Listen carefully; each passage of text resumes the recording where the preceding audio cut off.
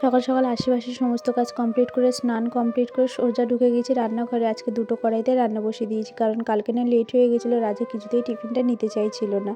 8:30 মানে 8:30, 8:31 হলে কিন্তু ও একদমই দাঁড়াতে চায় না, সোজা বেরিয়ে যায়।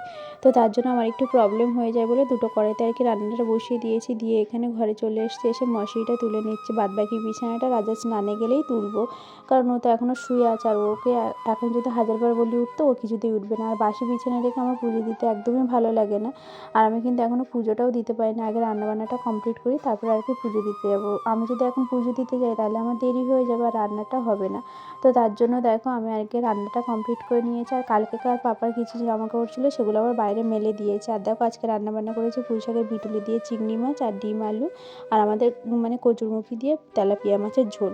তো তারপরে টিফিনটা গুছিয়ে দিয়েছে, রাজা নিয়ে চলে গেছে। আর এখন আমার আর সোনার একটা মিষ্টি মুহূর্ত তোমাদের সাথে শেয়ার করলাম। তো সোনা এখন যাবে স্নানে।